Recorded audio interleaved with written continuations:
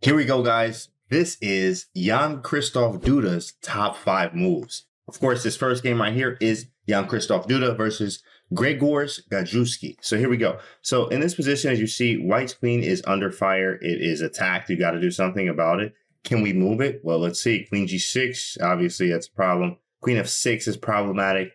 Queen G7 feels like you're getting trapped, or maybe even a perpetual there. So what do you think Jan-Krzysztof Duda does here? In this position, is White to move. Your queen is under fire. You got to do something about it. What do we do? Here's the move here. When your queen is under fire, right? This is the general rule, right? When your queen is under fire, you sack it. Like, what else is there to do? You sacrifice it, says Duda. G6, right? And absolutely a stunning move. By the way, engines give this plus 1.6 after this next move. Rook takes, bishop takes. Wow. So now, of course, we did get a rook for the queen there, but this is attack. We also have to pass pawn. It's very, very strong. And we have pressure down this file where this is. Now, of course, we lost the queen, but just because we lost the queen doesn't mean we lose the game. How much material and how much activity of our pieces do we get for that queen? Let's see what happens. After bishop takes, there's rook to c8, which gets the rook out of the way, right? And of course, stopping a c5 because c5 is going to win more material, correct? Right? More material. So, okay, it's White to move. Let's put this on you again. What do you do in this position? The next move here is, okay, here's a general rule, right? When you can't play c5, you play c5.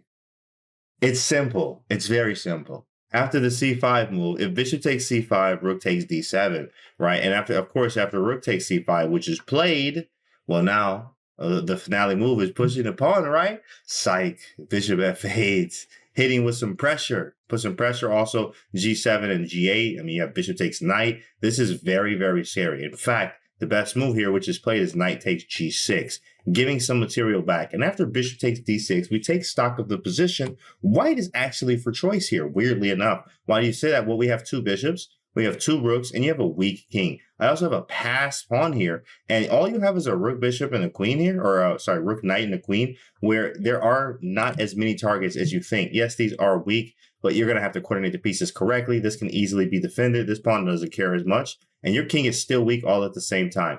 This is brilliant. Well, let's see the rest of it. Of course, let's see the rest of the game here. Took some precision, and there's a lot of moves left. In fact, right here, there's another 40 moves. So we're actually going to fly through this so we can get to the other ones. But this was a lot of moves here. And you see the rook got active, right? We got some pressure here. He used that pawn we just talked about, the two bishops. The rook is now getting into black's position where the king is a little unsafe. Queen goes to f7, rook a6 check. Fast forward some moves here. We pick off another pawn, as you see. b4 happens. We defend the rook. a4, hitting b5. You see everything's expanding. It's hard for black to really make things happen. Taking here, I mean, that's going to run into bishop d4. Also, the knight's hanging. So queen f3, rook check. And as you see, right, we sacrifice that queen. But, I mean, would you rather have the queen right now? Really? Right in this position? It's definitely dangerous. It's +4 right now. Knight f4 trying to get rid of one of the bishops, and he does, of course, because knight d3, sorry, knight d2 and knight d3 are very annoying moves here. So bishop takes, queen takes, rook to c5, finally captured. And of course, there's like another 30 moves here. So let's fly through them as he used the three pieces all together here, the two rooks and the bishop. So we got some checks, more checks. Right, you see the rook had to kind of stay around this king here. We're going to use this rook for defense. We're also going to push these pawns as well. It's too many things for black to deal with. Queen d1 check, stepped out of the way, got the rook a little bit active. We can even trade the rooks, remind you of like game 6 of the most recent world championship with Magnus and Jan, of course, with the pieces and the queen that he was that exchange he was down. Rook check, right? So we trade, and that's what happens. And as you see, we got the 3 pawns. This is decisive material. It should be enough, maybe not decisive, but it should be enough here, as you see. So this takes time. It's going to be a grind. It's going to be a grind. It's going to be a grind here. It's going to take some time. And as you see, we're just advancing. He finally got the pawn up here, and then there was a resignation, and White went on to win this game. Duda wins the game here. But of course, that was just a nasty combination here of, again, when you remember, when your queen can be captured, and you got a few moves to move it to, right? The best thing to do is to sacrifice it. Don't actually follow that all the time. But, of course, this was very cool to see that G6, which is an awesome move here from Duda, and actually having this beautiful combination. having all this compensation for it, getting some material activity, all that other great stuff. That was awesome. This was number 1. Let's move on to number 2. And here we are with number 2. This one is Duda versus Richard Rapport. So this one's actually a really, really good one. So of course, all of these are good games and great players that he's playing. But this one, okay, is white to move. Take a minute or two, pause the video. Of course, if you need to. White to move, what do you think Duda played in this position? So here we are as we take stock of the position. We have a rook on the 7th rank. White has some space, but black has space too on the queen side. We also have maybe an open H file. We have some pressure down the diagonal. This bishop reminds you of the Winter bishop, Winter Capablanca.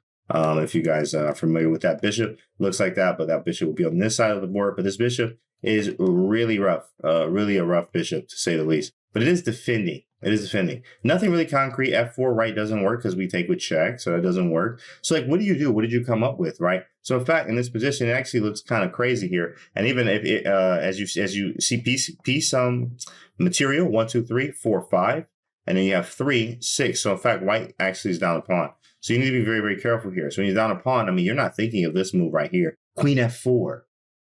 What? Queen F4? I'm down a pawn. Why am I trading queens here?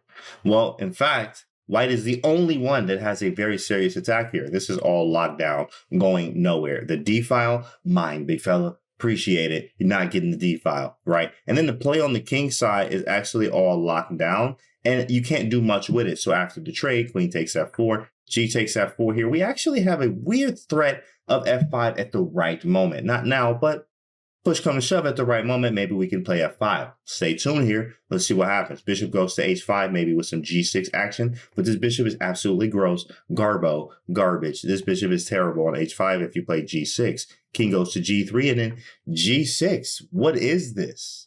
This is not even a bishop anymore. Just think of this as a pawn on H5.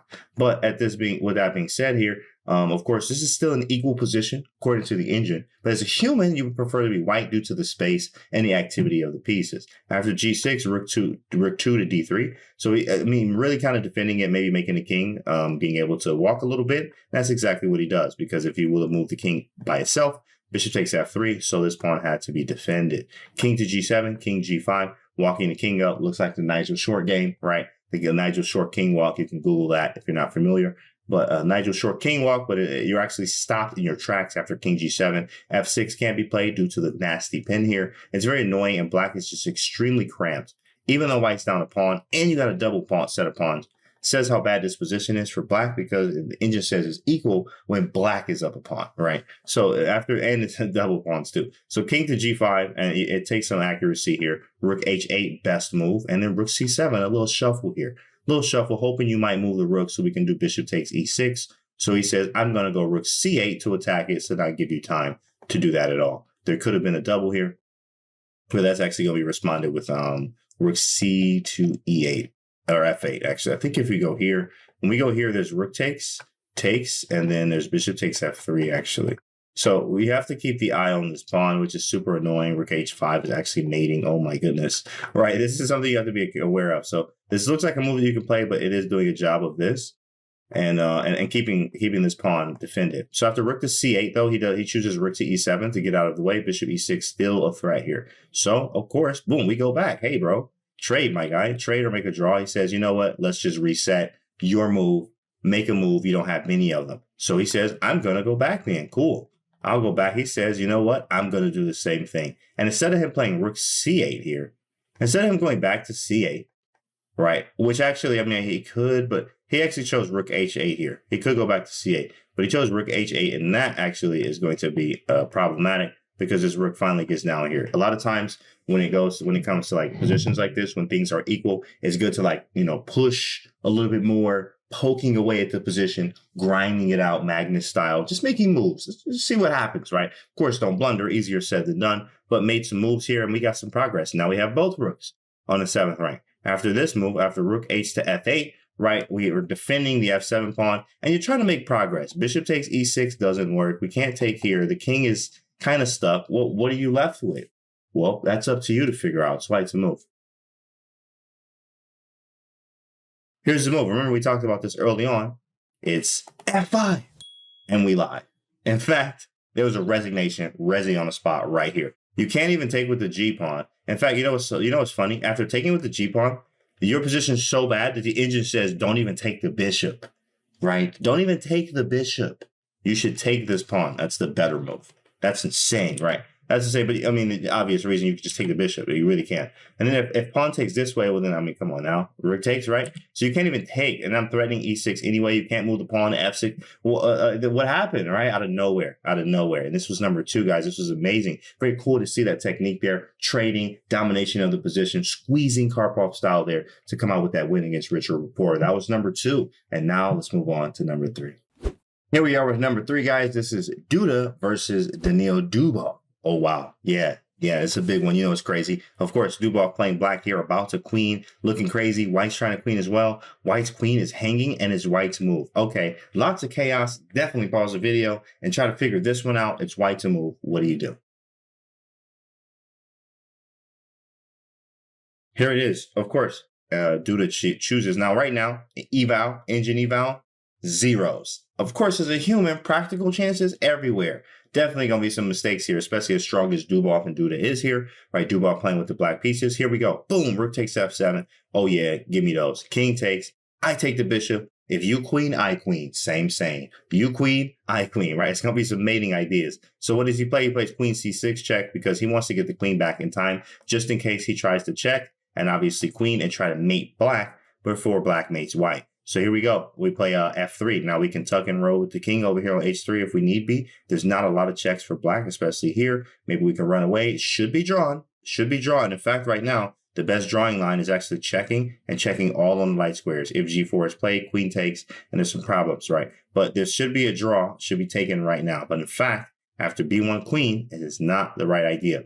Allowing queen e8 check, king g7, and then you ready for this? Queen e5 check. You think you would just queen, which you could, but, you know, when you find a good move, look for a better one, right? And you want to actually check. You want to do everything with check or get this queen back in time to defend against the decisive threats that might happen from black. So just same thing that black did with this queen c6 check early on. King h7, checky pull. What it do? Check again, check again, check again. And now we got actually a hold for the king here. And now, after we feel a little bit more comfortable, Duda says, time to queen. There's 4 queens on the board. 4 queens on the board right now. But at Duda's experience, what he's saying here is, hey, yeah, there's 4 queens, but guess what? I'm in a winning endgame, no matter what. I have 3 extra pawns and 2 queens, which this is going to be easier than you think to actually get these queens off the board. Queen c2 check or queen...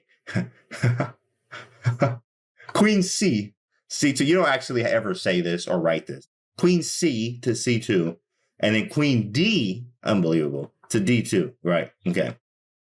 Queen D to D2, and this wins the game on the spot. In fact, actually, Dubov goes on to resign because queen G5, queen H6 is coming. We're also going to trade. He could try to play on, but with these 3 pawns, it's just only a matter of time, right? For this, before this becomes completely losing 100%. Again, from this position here, you'd never think it would be. It's what it was. Maybe you will because of the chaos that's going on right now, how this position actually looks. But rook takes, queen takes, right? And a beautiful display of checking in the right areas for the king to be close enough for us to now queen and then bring the queen back to d2 to block all the threats. And we win that one. That one was number 3. That was awesome.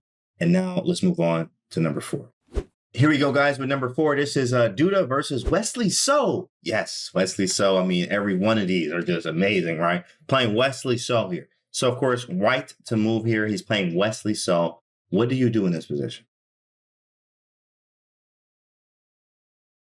Here it is, right? After you take a little bit of time to look at it, first off, you see the diagonal, the knight's hanging, you see the rook takes. You're like, okay, we got to go for this. We got to, right? So if you found rook takes d7, clap it up.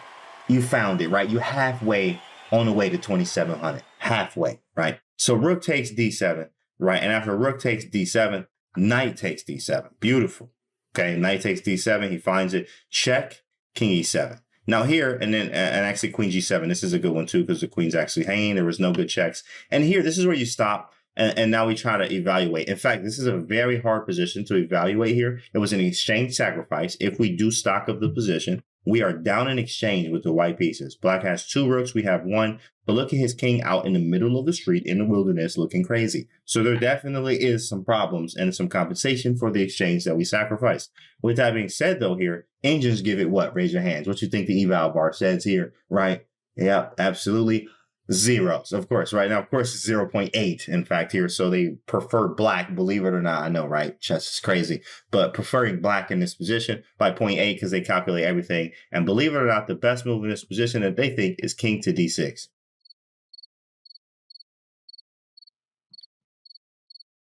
King to d6. But, of course, a human move played by Wesley So was actually rook to f8.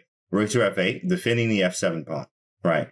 Defending the f7 pawn. So defends this pawn. And actually, the next move here is actually one of the hardest to find. Let's see if you can find it. White's move.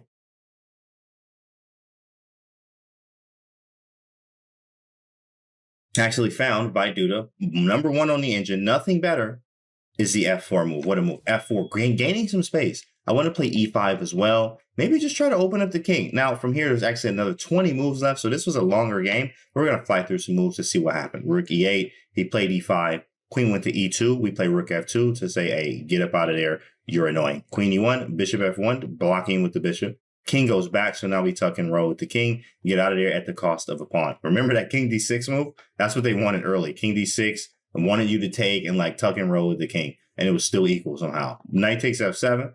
King c7, doing exactly what we was kind of talking about. And then rook to e2, hitting the queen, with e6 also intentions as well. Queen d1, knight d6, hits the rook. Lots of moves left, so let's fly through them. Rook takes e5! Oh my goodness! Right? This game got nuts.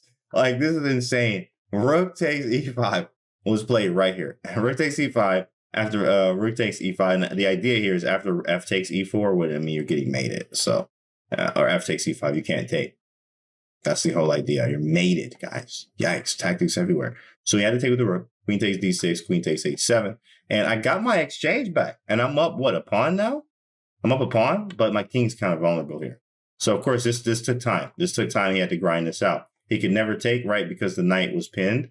Now he can take the rook. So we got to do something about that. So let's play rook e7, knight c5. And I mean, this took some time. Got to grind it out. We got a pass pawn he has to deal with. Pass pawn should be kept under lock and key, like Aaron Nimzowitsch says, right? Queen d5, king h3. And he's trying to deal with this, with tactical means by trying to mate. Queen e5, nice move, saying, hey, you have no mate and I'm defending, and I'm going to just jump up out the way. Queen g2, king g4, knight d7, right? And then probably a check, right? But in fact, you can just take rook takes d7, rook takes c2, queen c7, king c5. And this is where we end. And here, the last move, the finale move, ends it on the spot. In fact, here's a resignation here, which is queen to a3, checking. And this is ends it. If king b6, queen a7 is checkmate, of course. And if you play a b4, there's queen a5, checkmate there. So let's put that out there. Queen a5 is mate. And if king b6, queen a7 is mate. Beautiful, right? Starting from this position here, as far as that guy, I mean, rook takes d7. He trusted it there. He said, this got to be right. Your king's in danger. I have initiative, time, and activity. The exchange sacrifice should work. And he did. It ended up working out for him, and he won this game. And that was number 4, guys. And let's move on to the final one. Okay, guys, here we are with number 5. This is Duda versus Iraqi Baradze. So this one is actually a crazy tactical one. I mean, obviously, the other ones work too as well. But this one, especially towards the end, is insane when it comes to like the ideas and etc. And that was available in this game. It is white to move. So, of course, you can pause the video, but you try to figure it out right now. It is white to move. What do you do? Here it is. Here it is. So, as you see, we got 2 rooks. We got the H pawn. I mean, this stuff looks good. Like, we have some real threats going on, right? You can feel like, you just feel like something's here for white, maybe even bishop c4. So what does he do? Instead of bishop c4, right? We can play bishop c4, but obviously rook takes d1. So he's like, you know what? Okay, sack a piece. Why not? Nothing better to do, right? Sack a piece. And when you sack one piece, right, you should sack another. Bishop c4. That's the rule, right? Sack a piece, sack another. Because if you take on d1, well, I mean, you're done. Bishop takes e6, and you can't go to the dark square, obviously, over here because of the queen. So you would have to go king f8, but that just leads to mate. Queen f6, check. And queen f7, absolutely mate. What a move. Insane. That's crazy. Bishop c4 is nuts. Okay, cool. Whatever. He like, you know what? Okay, I'm just get out of your way. that was cool, but now you're still down in exchange. And, you thought that part was crazy? Watch this. Rook E1, rook D6 defends the pawn. Okay, cool. Whatever, you get a pawn, says black. King G7. And remember in those other games, and as you see, this is a common theme, of course, when you're sacrificing material sometimes or in exchange, sometimes it's not that clear cut, especially at the higher levels. It's just not that clear cut yet, but you do have what they call, say, compensation here, where you still have work to do. This is not over right now. So being work to do, in fact, he plays G4. I just got to expand, make some time to expand. Queen C7. And then F4 from white, so making more time to expand, get closer to the king with these pawns. F4, king F8 happens, and then after king F8, bishop moves back, right? Maybe you still have some rook D1 or rook E4, just trying to get the rook to move. Maybe you'll be able to do that, but you have to be careful. Calculation has to be key and correct. Queen to G7. Like, hey, man, let's just get the queens off the board, bro. But rook E5 is going to stop a lot of that. And also G5, played immediately, saying that, look, if you take, I got rook E8 and we're not trading anything.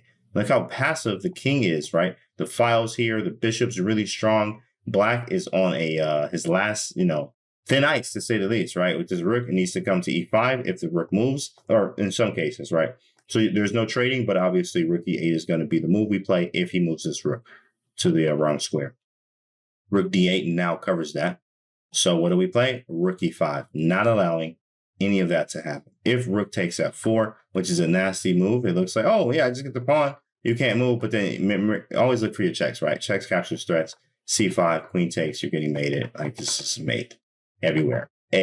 So you can't deal with that. So queen to C7, moving the queen and the rooks around, trying to figure this out. It's not working for you, big fella. So rook to C5, right? We're going to move out of the way, maybe play some F5 action. Rook D6, F5 happens. Watch this. Queen B6, your rook is hanging. So what do? Your rook's hanging. What are you going to do? If you say move your rook, hey, you're 100% correct. Most of us will move the rook too. But he played queen F3, which is ridiculous. What a move. Oh my goodness. And if he takes it, we have to see why. After F takes G6 with check, when a king moves, you could check, but even better is G7. What? I have no rooks. And I'm completely winning. Both rooks gone and completely winning. Double rook sack. Unbelievable. Like, really cool stuff there. So queen F3, that's a cool move. And when you find a good, cool move, look for a better one. Rook F6. What is going on in this game, right? Rook F6. Best move too. Rook F6 that can be captured. This is like, yo, this is mind-boggling right here. Rook E5, right? So rook E5 happens. Rook takes C4. Okay, cool. Wait a second. Oh, it's not. I'm down a piece. It's equal. How is it equal? I don't know. It's white to move. You try to figure this out. White to move. What do you do?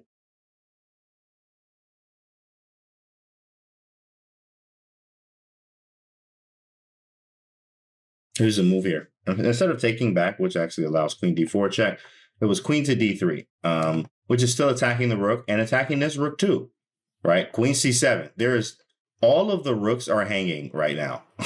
All three of the rooks are hanging at one time. So he defends one and says, hey, both of your rooks still hanging. They're still hanging. Rook F7 moves out of the way, defends one. The finale goes. Rook E8, king G7, and then take the rook back, right? Or F6. I'm going to take both your rooks. Me losing both of my rooks to now you losing both of yours and the game with it.